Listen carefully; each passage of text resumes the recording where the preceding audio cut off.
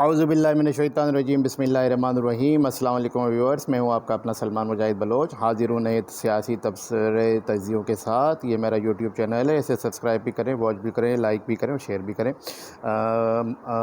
Current ख़बरें ये हैं कि इंडिया में आप देख रहे हैं कि मज़ीद जो है शान रिसालत में हुज़ूर पाक सल्लल्लाहु अलैहि वसल्लम की शान अक़दस में गुस्ताखियाँ की जा रही हैं। गुस्ताख़ रसूल मज़ीद जो है सामने आ रहे हैं और वहाँ पे जो है मोदी सरकार जो है उनको सपोर्ट कर रही है, भरपूर सपोर्ट कर रही है। हिंदुत्व की जो तंजीमें हैं उन्हें सपोर्ट कर रही हैं और उन्हें कोई रोकने वाला नहीं है।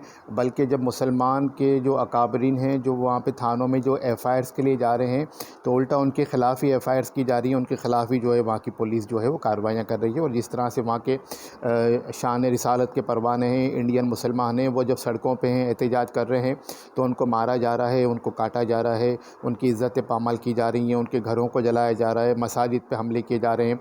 कई शॉकिंग वीडियोज़ आई हैं, कई ऐसी वीडियोज़ आ रही हैं सामने सोशल मीडिया पे कि जिन्हें देख के दिल दहल जाता है। किसी के सर में मारे गए हैं, किसी की लड़की को पकड़ के उसके गले पे छुरी फेरी जा रही है, किसी को जो है वो किस अंदाज़ में जो है तशद्दुद का निशाना बना के पत्थर मार के डंडे मार के मुसलमानों का वहाँ पे कत्लेआम जारी व सारी है। बजाय ये कि इंडियन सरकार, इंडिया की हुकूमत, मोदी सरकार जो है वो इस इस्लामी फ़ोबिया के मामले को रोके और हुज़ूर पाक सल्लल्लाहु अलैहि वसल्लम की शान में गुस्ताखी करने वाले गुस्ताखों को करार वाक़ई सज़ा दे, उनको गिरफ़्तार करे। बल्कि और शे दी जा रही है और इस पे आलम इस्लाम में बहुत ज़्यादा गुस्सा पाया जा रहा है। पाकिस्तान के मुसलमानों में, दुनिया भर के मुसलमानों में बहुत ज़्यादा गुस्सा पाया जा रहा है। कई अरब ममालिक में जो है वो इंडिया की जो मसनूआत है उनका बाइकाट कर दिया गया है। पाकिस्तान में भी ये सिलसिला शुरू हो चुका है। हम मुतालबा करते हैं अक़वाम मुत्तहिदा से, यूरोपियन यूनियन से और आलमी इदारों से कि फ़िलफ़ौर जो इंडिया की जारहियत का नोटिस लिया जाए। जो वो कश्मीर में कर रहा था अब वो कई सालों से इंडिया में कर रहा है और अब तो माशाल्लाह बहुत ही ज़्यादा खुलकर आ गया है। और वो ऐसे जो बीजेपी के जो रहनुमा हैं, जो कारकुनान हैं, जो लीडरान हैं, हुज़ूर पाक सल्लल्लाहु अलैहि वसल्लम की शान में गुस्ताखियों पे गुस्ताखियाँ कर रहे हैं जो मुसलमानों को क़तई तौर पे किसी भी हवाले से कबूल नहीं है। हम मरने को तैयार हैं, हम कटने को तैयार हैं, हमारे माँ बाप, हमारी औलाद, हमारा सब कुछ हुज़ूर पाक सल्लल्लाहु अलैहि वसल्लम पे क़ुरबान। लेकिन हम ये कभी भी बर्दाश्त नहीं कर सकते। हुकूमत पाकिस्तान को भी चाहिए फ़िलफ़ौर इंडियन सफ़ीर को यहाँ से मुल्क बदर करे। और ये मुतालबा आज मैं कर रहा हूँ, कल और भी लोग करेंगे, आवाम भी करेगी और इंडियन सफ़ीर को यहाँ से मुल्क बदर करके ये वाज़ा पैगाम दे इंडिया को कि हुज़ूर पाक सल्लल्लाहु अलैहि वसल्लम की शान में और मुसलमानों पर मज़ालिम किसी तरह काबिल कबूल नहीं है। आगे बढ़ते हैं। वो था जिसका इंतज़ार वो शाकार आ गया, यानी कि बजट आ गया। जी जनाब, कल जो है वो बजट पाकिस्तान में पेश कर दिया गया है। वज़ीर ख़ज़ाना ने बजट पेश किया, लेकिन इस बजट में मेरे ख़्याल में नया कुछ नहीं है और सिर्फ़ जो है वो रूटीन की बातें थी। वही जो है टैक्सेस बढ़ाए गए हैं, वही जो है टैक्सेशन बढ़ाई गई है। महंगाई को कम करने के लिए कोई इक़दाम नहीं है इसमें।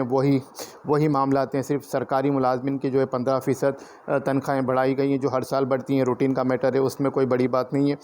लेकिन सबसे जो अजीब व गरीब बात है और जो एक हमारे लिए अचंभे की बात नहीं है, जागीरदारों पे टैक्स नहीं लगाया गया, वडेरों पे टैक्स नहीं लगाया गया, सरदारों पे टैक्स नहीं लगाया गया, नवाबों पे टैक्स नहीं लगाया गया, ज़रई इनकम पे टैक्स नहीं लगाया गया।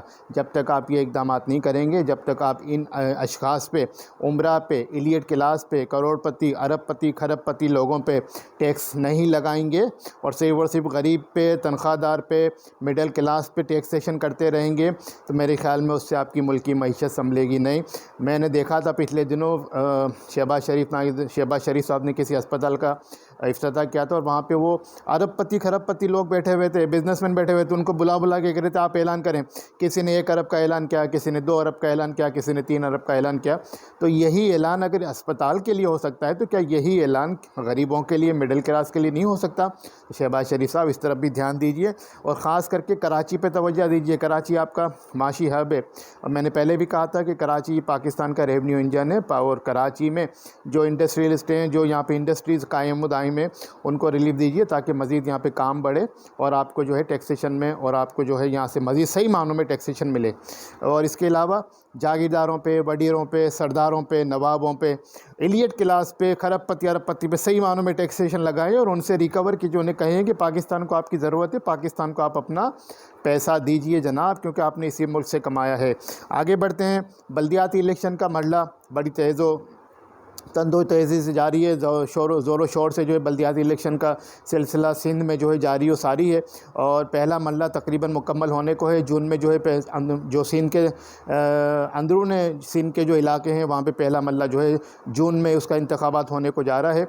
और उसमें जो है कई ऐसे जो हैं उम्मीदवार बिला मुकाबला मुंतखब हो चुके हैं जिनकी तादाद 900 से ज़्यादा है, और लेकिन मुकाबला तो होना है। इसके अलावा जो है वो कराची और हैदराबाद का शेड्यूल भी आ चुका है, जो कि कागजात नामजदगी जमा कराने का जो शेड्यूल था वो 8 जून से 11 जून तक था, लेकिन अब कल जो है इलेक्शन कमीशन ऑफ पाकिस्तान ने इसमें जो है इजाफा कर दिया है और उसका जो शेड्यूल है 15 जून तक कर दिया। नहीं, 15 जून तक आप कागजात नामजदगी कराची हैदराबाद के जो उम्मीदवार बल्दियाती उम्मीदवार जो इलेक्शन लड़ना चाहते हैं वो जमा करा सकते हैं। लेकिन इसमें एक बात ये भी बता दूं कि सिंध की तमाम जमातें, तमाम स्टेक होल्डर बशमुल हुकूमत सिंध भी इस बात पे जो है वो राज़ी हैं कि इलेक्शन को जो है 3 महीने के लिए मुअत्तल किया जाए। उसमें MQM भी शामिल है, उसमें दीगर से जो असम्बली में जमातें मौजूद है वो भी शामिल हैं, 1-2 जमातों को छोड़ के। और ये सबका ये है कि जब तक बल्दियाती कवानीन में तरामीम नहीं की जाती, जब तक सही मानों में बल्दियाती कवानीन जो है जो MQM ने जो प्रोपोज़ किया है आर्टिकल 140A के ज़रिए सुप्रीम कोर्ट के हुक्म के अंडर जो तरामीम जो है वो तजवीज़ की हैं, जब तक उन पर बाकायदा लेजिस्लेशन नहीं होता असम्बली के ज़रिए, काबीना उसे अप्रूव नहीं करती, जब तक बल्दियाती इलेक्शन ना कराए जाएँ। इलेक्शन कमीशन ऑफ पाकिस्तान इस्तदा की गई है, सिंध हाई कोर्ट में इस हवाले से पिटीशन फाइल की गई हैं, लेकिन अभी तक जो है उसके ऊपर कोई भी हुक्म नहीं आया है। और उसमें यह है कि सिंध हुकूमत भी लिख के दे चुकी है, सिंध हाई कोर्ट में जमा करा चुकी है कि ये हमारा कंसेंसस है तमाम सियासी जमातों का कि जब तक जो है बल्दियाती कवानीन में सही मानों में तरामीम नहीं होती, कानून साजी नहीं की जाती, जब तक टिल देन इस इलेक्शन को मुलतवी किया जाए। लेकिन अभी उसकी सिंध हाई कोर्ट में उसकी समाअत मेरे ख्याल में आने वाले हफ्ते में होगी, शायद 20 जून को समाअत है। इस हवाले से देखते हैं सिंध हाई कोर्ट उसमें क्या फ़ैसला करता है। लेकिन सिंध हाई कोर्ट के सक्खर बेंच ने और कराची बेंच ने मुख्तलिफ पिटीशन पर यह फ़ैसला ज़रूर दिया था कि 10 जून तक जो है वो जितनी भी पिटीशंस हैं दिल लिमिटेशन के हवाले से, हल्का बंदियों के हवाले से, उनको सुन के उन पर फ़ैसला कर दिया जाए। और लेकिन इलेक्शन मुलतवी करने का कोई इशारा नहीं दिया था सिंध हुकूमत ने। MQM क्या चाहती है? MQM के ज़राए ये बताते हैं कि MQM ये चाहती है कि जो उनकी तजावीज़ हैं बल्दियाती कानून में बेहतरी के लिए उनको शामिल किया जाए, कानून साजी की जाए, प्लस जो नई मरदमशुमारी होनी है। MQM ने 2 माहदे किए थे, पिछली हुकूमत से भी क्या था, इस हुकूमत से भी क्या था, और यही उसमें पहला नुक्ता है, सबसे अहम नुक्ता यही है कि आने वाला जो भी इलेक्शन होगा, चाहे वो बल्दियाती हो चाहे जनरल इलेक्शन हो, वो नई मरदमशुमारी के बाद कराया जाए। तो मैं समझता हूँ कि उसमें वफाकी हुकूमत को भी अपना किरदार अदा करना चाहिए और इलेक्शन कमीशन पाकिस्तान को भी अपना किरदार अदा करना चाहिए कि नई मरदमशुमारी के बगैर इलेक्शन कराना वो रिज़ल्ट नहीं आएगा, वो रिज़ल्ट यील्ड नहीं करेगा, वो फ्रूटफुल रिज़ल्ट नहीं होगा जो MQM चाहती है या जो सिंध के शहरी इलाकों के लिए बेहतर है।